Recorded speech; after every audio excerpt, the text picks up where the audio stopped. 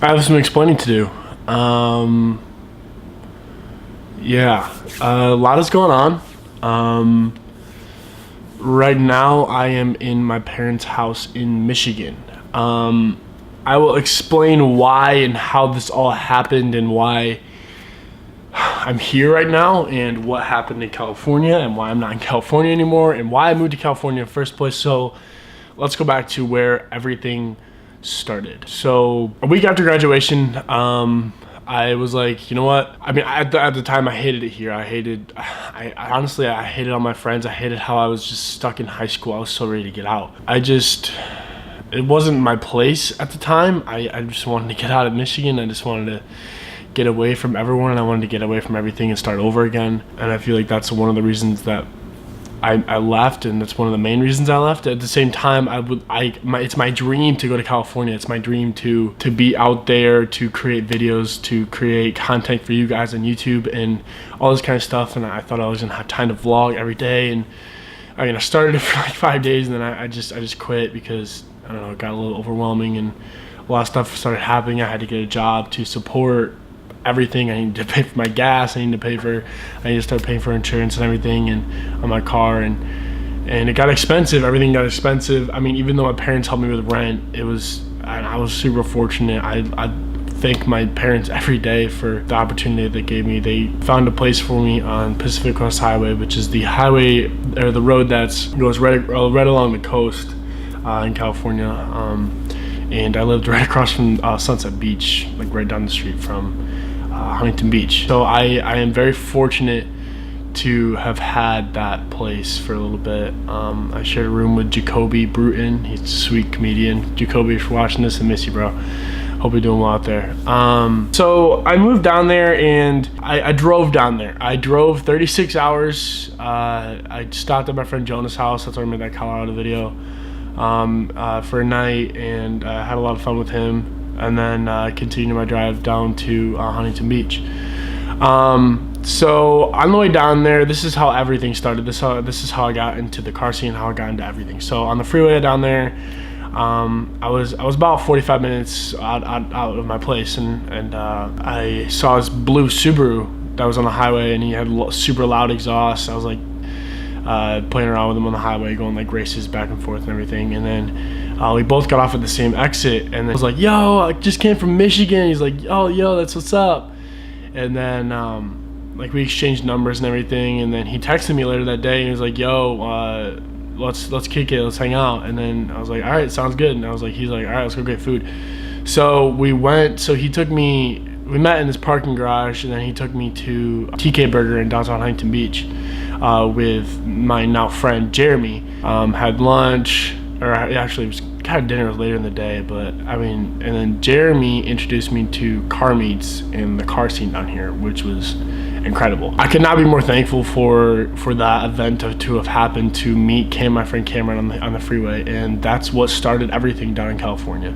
I started going to car meets, I started going to car shows, I started filming. I made it on this page, which is now one of my best friends. I'm not gonna say his name, but he runs the A Automotive page, and it's where they do donuts and all this kind of stuff at meets. And I mean, I just found a culture there that was so fun. It was just an adrenaline rush for me at the time, just to hang out with my friends, go to car meets, watch all this super ratchet stuff happening, and all these donuts and everything. And I fell in love with that, and I started going like every weekend. I mean, sometimes during the week too, and then started making videos of that, and then I made it on A Automotive's page. And at the time, it was like the first meet I went to, and I was like, oh my gosh, it's this video right here.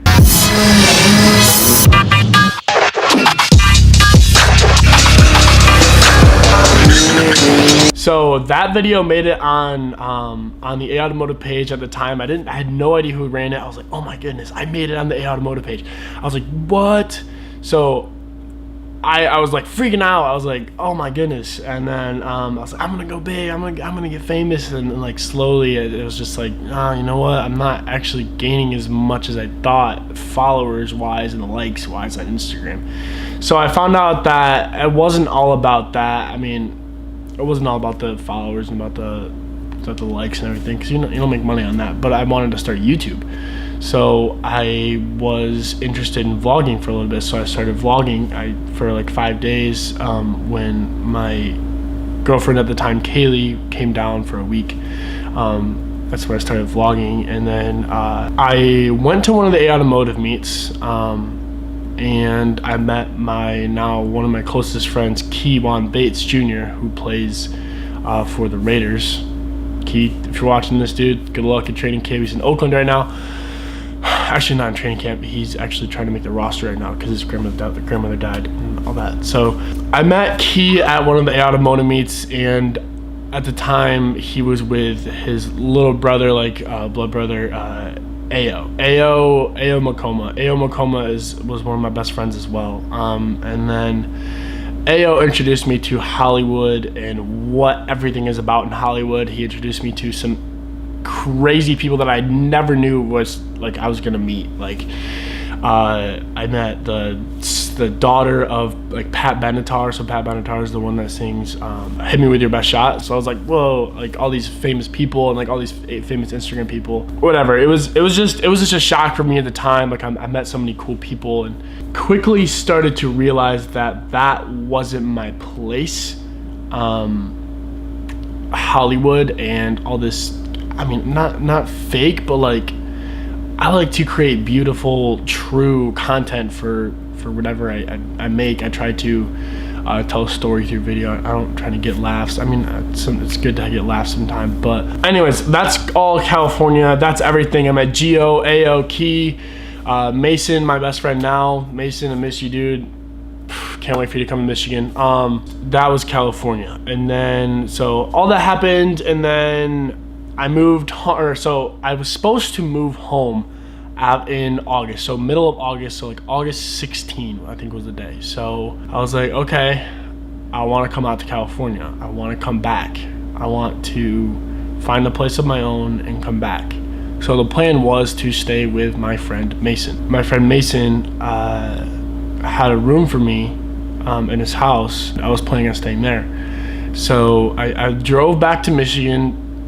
I don't know how I did it, but I drove straight back. I drove 38 hours, I believe, in total it was. 38 hours total from Huntington Beach, California to Grand Rapids, Michigan. It was hell.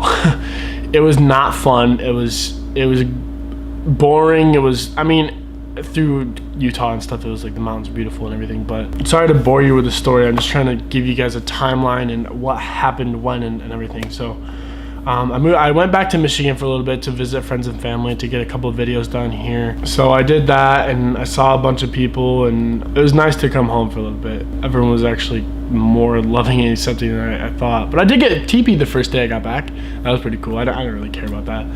I know people don't like me here, or some people don't like me here, but I decided to keep my head up, and I was like, you know what, I'm going back to California. Anyways, so what happened was I got back on a plane and I flew back to California, and I left my Subaru here. So I left my Subaru here, and then I flew back to California and started the hunt for a car. So I started looking at Nissan 240 SXs, as long as BMW E30s and Miatas. And then I was like, yeah, you know what? Why not go big or go home? So I found this 240 online on Craigslist. It was a 1993. The paint was a little screwed up. It was a 1993 S13 240 SX hatchback. It's my dream car because it has an SR in it. Yes, it's my dream car. It's one of my dream cars. The reason being, it's because like it's a drift car, and like every teenager wants a drift car to drift around in and fix up and all this kind of stuff. But so my dad paid for it initially, and I am now on a monthly basis with my dad to pay back for the car. So I like to say that I bought my first car, but I mean, my parents are helping me, but it's a big accomplishment for me to even be able to say that I have a car in my name. Being 18, almost 19, it's kind of an accomplishment. So I bought my 240 SX, and a couple things were wrong with it, like the MAF sensor was bad, and luckily I have Mike, one of my best friends, Mike, was super helpful. I met all these people, so everybody that I've met, all these significant people that I've met in my life, like Ao, Key, Mason, Jeremy, Cameron, all these people are all from cars, and I call them my closest friends and my friend Tyler. I cannot forget my friend Tyler. Like, Tyler is the one with the white Camaro. The thing is sweet. Getting a rat bait soon. Let's go. And the one who runs A Automotive. I don't like to say his name, but him, Ethan, my friend Ethan, and Mike, and it's my close friend group. It's my friend group, and I like to call them family, if you want to call it, in the car scene. It's just they're super accepting, super helpful. If my car's this, they'll help me with this, and this. Like, they referred me to shops. They're helping me get my exhaust done and everything. But I'll make a whole different video about my car when it gets here. But I'll get to that. But so I ended up staying with my friend Mason when I got back to California after I visited Michigan. I bought my 240SX, and I was the happiest kid on earth at the time. So by the way, I worked at Best Buy from about end of June, beginning of July, till a couple of days ago. But I was working at Best Buy basically full time, like 40 to 45 hours a week. I just had no time for anything. I was just work. And I mean, this isn't an excuse, but Mason's Wi-Fi wasn't the greatest, so I wasn't able to upload videos. At the same time, it was me just not editing videos, and I take full responsibility for that. I'm gonna be on my grind now that I have a stable place to stay, and we'll get to that too. And maybe I'm not gonna be living here, this house technically, but so I found a place to stay. I found my own place in Huntington Beach. It was perfect. So I gave the guy a call that owned the place, and he's like, "Hey, my name's Richard." And I was like, "Yo, can I come check out the place tonight?" And he's like, "Yeah, of course, come over." So I ended up going there about 8 o'clock that night, and it was perfect. It's 3 miles from the beach. Me being an avid surfer, basically every day I can just wake up, go surfing, and then go to work. So I went over to the place. Like I said, it was perfect, and the couple was fantastic. They were the man Richard was 80 years old, and his wife Elaine was 77. They were a very, very, very nice, welcoming, conservative Christian couple, and I loved it. It was perfect. It was a perfect fit for me. I found it was a room to rent. It wasn't a house that I rented personally. It was an apartment that I rented personally. It was a room to rent, and they had an opening, so I decided to snatch that. So I got that room. It was nice because Richard was signed all the papers and everything like the next day after work, and I moved all my stuff in. They gave me the keys and everything. We had dinner together. The wife got me my favorite ice cream because she talked to my dad. It was so perfect, and everything was so perfectly set up. And so the next day, I woke up and I went to go work on my car. I went to go to my buddy's shop to look at his new RX-7, or actually look at his RX-7 that he got, his rotary fixed and everything. And then we were done with that, and then I went to go get food, and then I went back to the place. Nobody was there, just to grab my camera stuff because I had to shoot later that day. So I ended up grabbing my camera stuff. I was in the house for like 5 minutes. Nobody was there. Lights were off. Everything was. I didn't think anything of it. So I went to my shoot. I started shooting at about 3 o'clock and got done around. Started shooting at about 2 o'clock, and then went back to. We started shooting at 2 o'clock, and then we got done at about 4:45ish. That was the last picture that we took. And then I called Mason up, and I was like, "Yo, Mason, what are you doing here now?" And then he was like, "Yo, just bringing my friend to night school." I was like, all right, sounds good. So I went to Mason's house. He wasn't there yet, so I went to go get food. I went to Subway, got some food there, and then Mason was like, "Yo, I'm home." So went back to Mason's house, and then we went to go look at a mattress from any place. We looked at a mattress, then we went back to Best Buy to see if I can get a discount, like a mini fridge or something like that for my room. And then after that, we went back to Mason's house. This is where the whole story gets really screwed up. We met up with my friend Jeremy as well. You guys know Jeremy. So Jeremy and Mason and I were sitting on the curb, and we were gonna go get some snacks or like McDonald's or something, and we were like arguing like I don't have gas, I don't want to drive, and like who's gonna drive there? And the next thing you know, like boom, like within a split second, it was the fastest thing I've ever seen. It was so fast, like 12 cops, just boom, car, and then like everyone jumps out of their car and pulls their guns on us, like what is going on? Like hands in the air, everything. It was the scariest moment of my life. I thought it was a joke at first because they were literally Enterprise rental cars with police lights in them. And I thought it was a joke at first, and then I was like, oh my gosh, this is not a joke. I saw the badges, and they were normal dudes. These weren't like cops like dressed in uniforms. They were normal dudes with badges and like guns, and I was like, okay, this is a little bit more serious than I thought.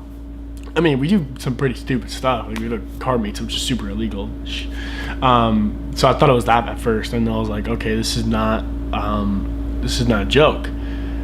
This is pretty serious. So all three of us, hands in the air, like patted all three of us down, make sure we had no weapons on us, and they sat us down on the curb. And we were scared out of our minds. We were scared that we did something, which I didn't do anything. Mason didn't do anything. Jeremy didn't do anything that I know of. And we were just scared. We were very scared. And we just sat there for 45 minutes to an hour. We were probably there for an hour. So they just sat there guarding us, make sure we didn't move for an hour. And that hour felt like 4 years. It was the longest hour of my life because I was just sitting there like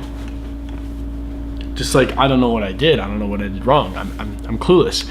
So after an hour went by, another cop car rolls up, and it's the main detective. The main detective comes up to me and pulls me away, and he's like, can I talk to you for a second? I was like, okay, yeah. What did I do now? Because it was just me, like Mason and Jeremy were just sitting there, and I was scared out of my mind. And then he started asking me every step of my day. Like I explained, I went to the car shop, did a photo shoot, and then came back to Mason's house and went to go get a mattress, and then we came back. I explained that to him, but in much more detail. And then he was like, can we search your car? And I was like, yeah, it's fine.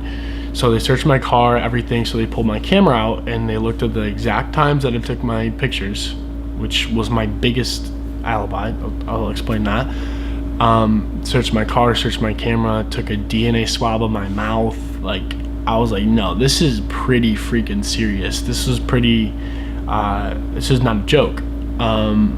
And after everything, after he examined me, took pictures of my face, my hands, my arms, still had no idea what was going on, he was like, okay, do you know why we're here?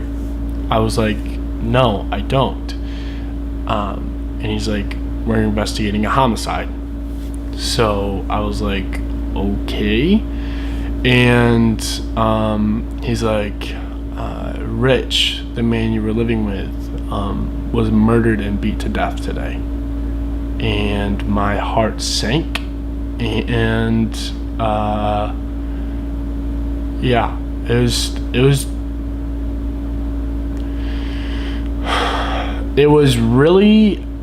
a shock. It was a huge shock to me because I've never been so, I don't want to say close to death, but like, it's my first experiences with very close death. Like I knew the person very well. I had text messages. I called the guy. I met him. I had dinner with him. And the next day he was murdered. He was beat to death with a stick that you use to keep a plant straight.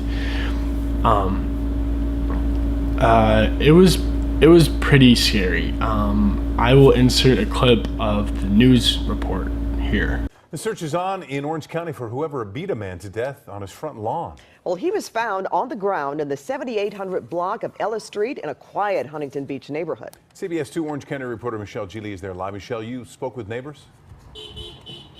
That's right. And what's so amazing to think about is it happened just this time last night. So just after 5 o'clock. This is how light it was outside. We're on a very, very busy street. I'm told by a neighbor that neighborhood kids were playing out front behind me on the lawn. And just beyond it, a man at his front door was brutally beaten. He's had this by the wall right there. There's a lot of blood. Servando Barella found his longtime Huntington Beach neighbor, a man in his 70s named Richard, unconscious just after 5 o'clock Tuesday night. Barella says Richard had been beaten by an unknown attacker right at his front door. I think somebody come and knocked the door, and he opened the door and punched him and put him on the ground and started kicking with that. Huntington Beach police aren't giving up much. Servando Barella tells me he may have seen the person responsible walking through the small apartment complex on Ellis Avenue after the beating. The man was nervous and said he was looking for a friend. Barella says the victim's wife was home and came out screaming when she saw her husband. They've lived in this unit for more than 20 years. The question is, who would want to kill Richard and why? Huntington Beach is a pretty safe neighborhood, but it's kind of scary, like when it happens right near where you live. Police have not given a description of the suspect, but the neighbor who saw that man that he thought looked very suspicious says he was in his 40s, about 6 feet tall. And he also wonders whether Richard was killed because he had heard that Richard had had an argument with someone recently in this area, and perhaps that's a motive for this crime. That's latest live in Huntington Beach. Back to you. Thanks, Michelle. So that happened, and I was scared. I had no idea what to do. So immediately after those cops left, I called my parents. It was 11 o'clock in California and 2 o'clock in Michigan. So I called my parents, freaking out. I told them the situation. My mom was not happy. She was scared out of her mind. But that is what happened with that, so they were like, we want you to come home. We don't want you staying out in California because I don't have a place to live. That place was a crime scene. It was a crime scene. My room and everything was a crime scene. That house that I was staying with was a crime scene. Someone was killed at my house. Someone was killed at my house. It hurts me to say that, but it happened, and I hate to say that it happened. And that is what happened. That is what happened, and that's the story of why I'm not living in California right now. So let's take a step back for that. So I came home. So my parents flew me back the next day after work, and I took a little leave of absence of work real quick, and I asked for a couple of days off and just to clear my head and come home. And I came home, and I never told anybody I was home. I was home for 4 days. I came back a Thursday and left a Sunday, and so I got home and just laid low and saw the people that were closest to me, just to get everything away. Like, I just wanted to get everything out of my head.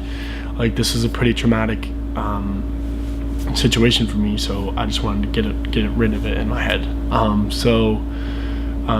Detective kept calling me, giving me updates on the case, and Elaine, Rich's wife, called me, and she was extremely sad. I was barely awake. She woke me up with a phone call, and I was anyways, but she was very concerned about me, and I'm very grateful that she was concerned about me and all this kind of stuff. So yeah, that happened. So Sunday I flew back to California. Sunday I flew back. This past Sunday. It is currently Wednesday. So this past Sunday I flew back to California.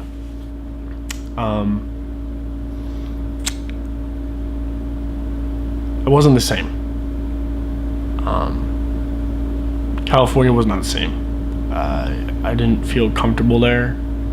I felt uneasy at all times. I mean, it was nice seeing Mason and Jeremy and everyone, and I made a mistake.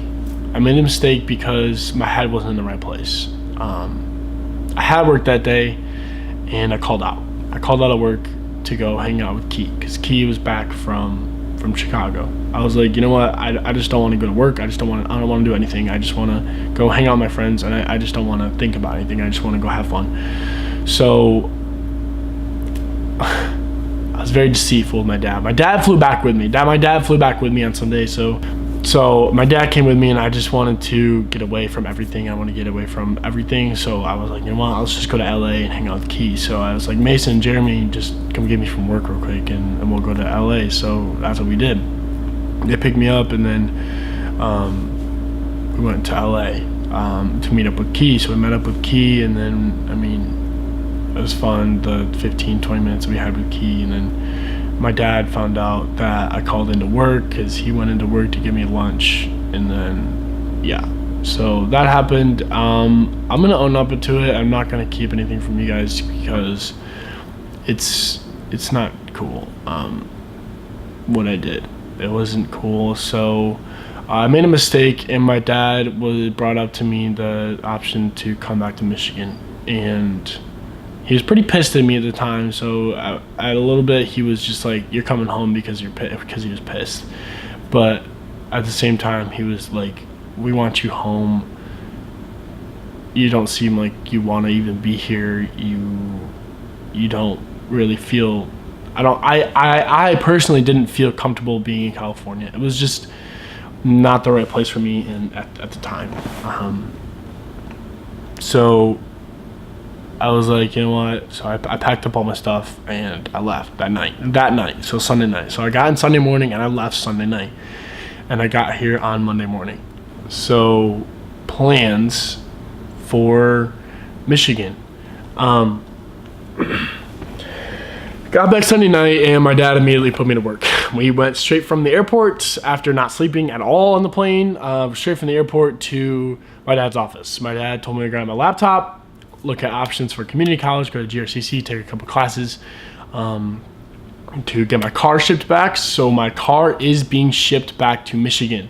My Nissan 240SX is being shipped back to Michigan. I'll make a whole different video about my car separately, but plan is to work for my dad, make a couple bucks, save up for California to go out next summer, indefinitely.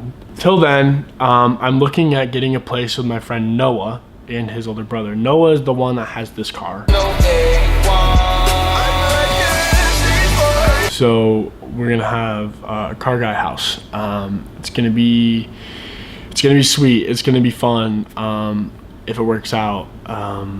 But I'm thinking about doing a couple more vlogs. Please leave a comment if you guys even made it this far in the video. Please leave a comment if you guys want to see some vlogs, some car vlogs, some just bits and pieces vlogs about everything I'm doing and what's going on, and with the 240 and everything, possibly doing a build series of the 240 if I start making enough money, working for my dad or YouTube if YouTube pans out. I just want to create content, and I want to make videos, and I want a job where I can someday, in the future I want to have a job where I don't have to go to work. I don't have to go in a desk. I can just make videos all the time and create, because I am a creator. I create videos. I create beautiful things. I make the ordinary things beautiful, and that's what I'm striving to do. I'm not good at it now. I'm getting better. I'm improving, learning how to tell stories. I'm venturing into learning how to tell a story. It should be fun, and expect some really cool, fun things down the road. If you guys stayed this far in the video, thank you so much. Please drop a like, comment what you guys want to see next. That's all I gotta say. Thank you.